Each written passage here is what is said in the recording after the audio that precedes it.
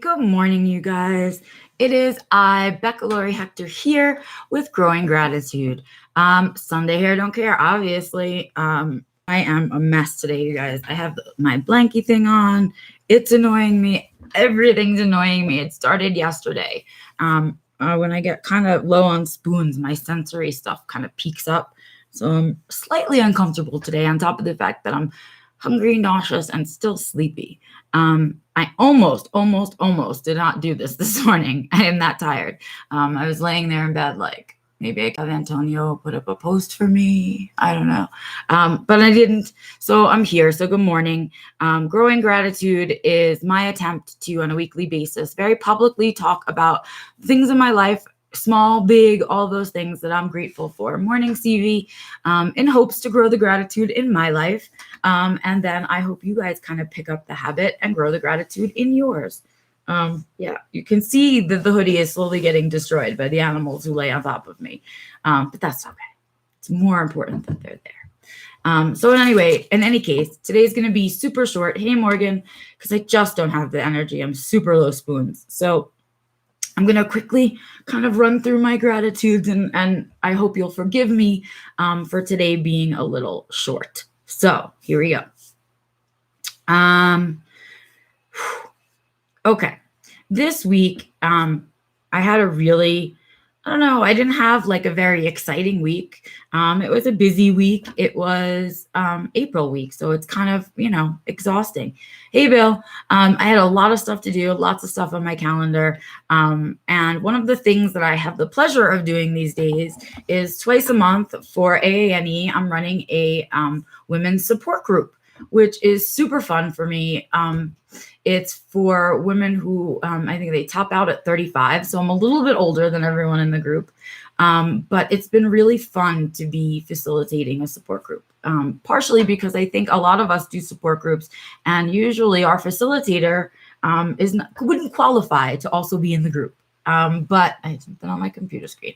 But in this group, I am someone who could if I was 5 years younger, I could be in this group. Right. So it's been really interesting to be able to not only be a facilitator and be able to share resources and keep the conversation going and all of that stuff, but also being able to add to the conversation some. And this week this week it felt like we all really, really just clicked. Like now I see them all really as friends instead of strangers, like sharing a support group. This week we were all like in our cozy clothes on our little Zoom call, and it's kind of around dinner time. So we were all eating little snacks together. And it was really, really fun. And I just, when I hung up with them, even though it's kind of a later day for me, because it's on the East Coast time. So it runs a little later for me than I would usually be doing office stuff. But this week I really didn't mind. This week it felt kind of like when we do this stuff. It was really good to see everybody and to see them all just being their authentic selves, and not worrying about being rude or that kind of stuff. And we had a really good group. And so I agreed to continue to facilitate for them once this section is over, because I'm finding that just like when I reach out and touch to you guys like this, that when I stop in and talk to them, it gets me thinking about other stuff too, which I think is super important. Keeps my thoughts fresh. Very exciting. So big shout out to my support group. I love those guys. And I'm really happy and grateful to have had the opportunity to do it and to continue to do it, because it's really, it's a really fun thing for me these days. Morning, Bernard, Joe, Bill. Hey guys, thanks for getting up with me this morning. Let's see what else. What is next? Oh my goodness, you guys, all of a sudden I'm getting a ton of one-on-one clients. I can only do so many in a week and so many in a month, because as someone with empathy issues, meaning that I'm an over empathizer and an empath, I can't take on too many one-on-one clients, because then I take in all of their energy. And if people are feeling stressed or they're feeling concerned or sad, I tend to take that on with me. And it's hard enough for me to recognize my own emotions. I don't need to be struggling with other people's as well. And so I only do that for a very limited group of people. And so what I'm seeing is more people asking, you guys, And that means more people are interested in the stuff that we're working on and talking about, and they're joining us for live streams, and they're interested. And so you guys, I was feeling really grateful for that today, that people are, first, that people are noticing that I'm here and aware and want my help. And also that there's a demand for it a little bit now. And that felt really nice. Just because it's nice to be wanted in that strange way. Nice to be needed, right? But more than anything, it's amazing to be trusted by somebody else to work through the shit that they're struggling with, right? And so I'm really grateful for the trust that's being given to me, the trust from people that I don't even really know, that they're willing to trust that some time with me will help them through what they're struggling with. And that is a true gratitude for me. I'm just really grateful to have that opportunity to help some people that I otherwise wouldn't have. Let's see what's next.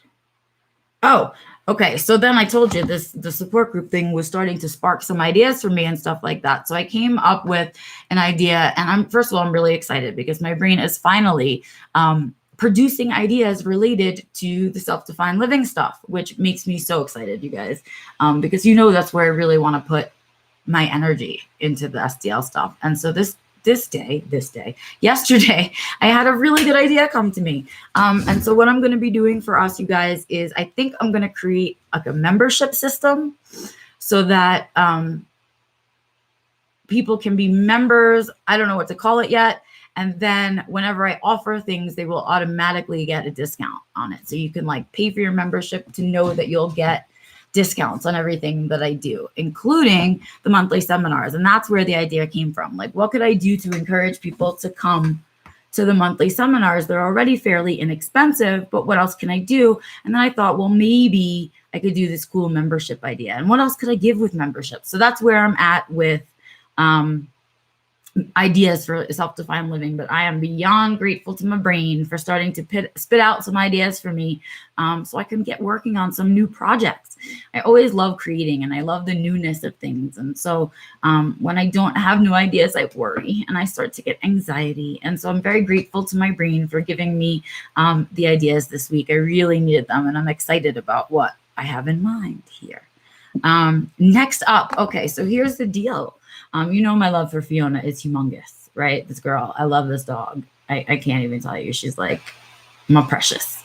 And she was struggling on the days that we always noticed that she had high anxiety energy, right? And that I know comes from her previous house, right? It was a chaotic house with lots of young children. She wasn't getting the attention she needed, and she really wasn't getting direction, which is really hard for dogs and gives them a lot of anxiety. So she came to us really high energy anxiety.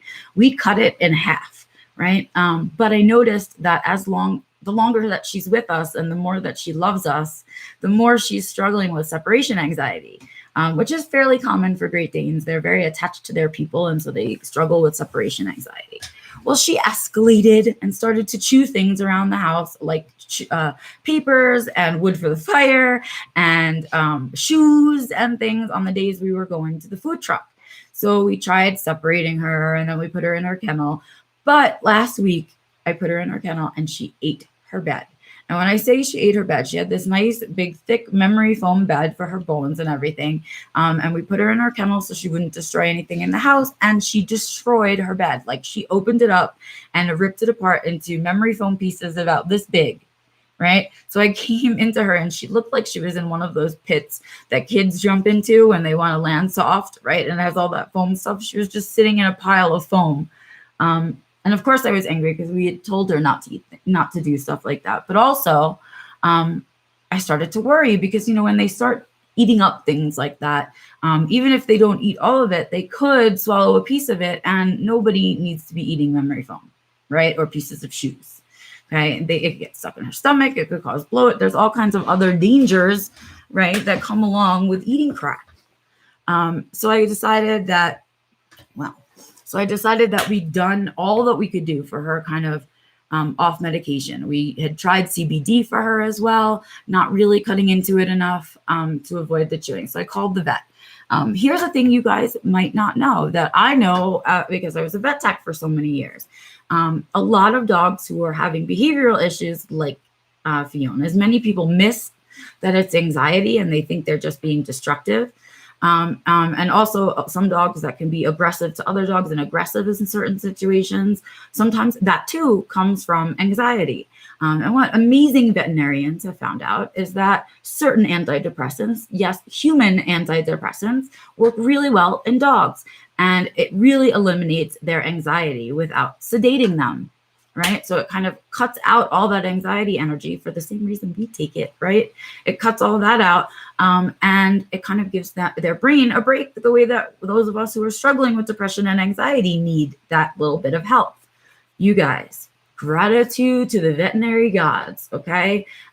Thank you so much for even experimenting with this, because I gotta tell you, she's like a different dog. She's the dog underneath that when she's calm and she's with us and we're with her for a few days that we see. Well, now she's that beautiful, wonderful dog all the time. And I struggled all week with feeling incredibly guilty for letting her sort of suffer and be uncomfortable for such a long time.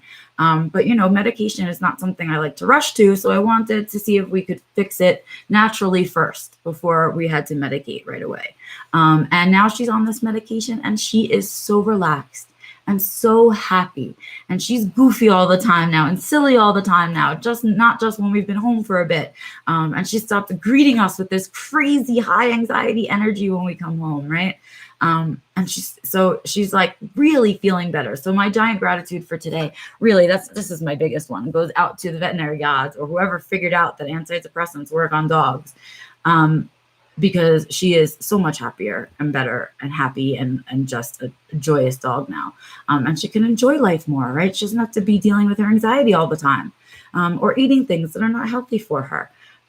So I am just grateful. I mean, we started it on Wednesday, so it's been 5 days. And then really, I noticed it 2 days ago. So in 3 days, we saw a difference. And so she'll just be on this pill for the rest of her life, and she's going to be a happy girl. I mean, so easy.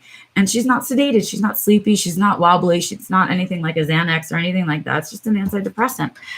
Huge gratitude for that. Huge. I'm really happy for her, and I'm grateful that she gets to enjoy the rest of her life. I really am. I know I have one more, though. Let's see. What else did I write? Oh, this is my silly one from last night, and it's true, though. Okay, so you guys see this finger, and I'm sorry I won't give you the finger because it's that finger, but you see this whole situation here going on? Okay, you guys. So on the tip of my finger, right underneath my fingernail, right, I got a paper cut. What?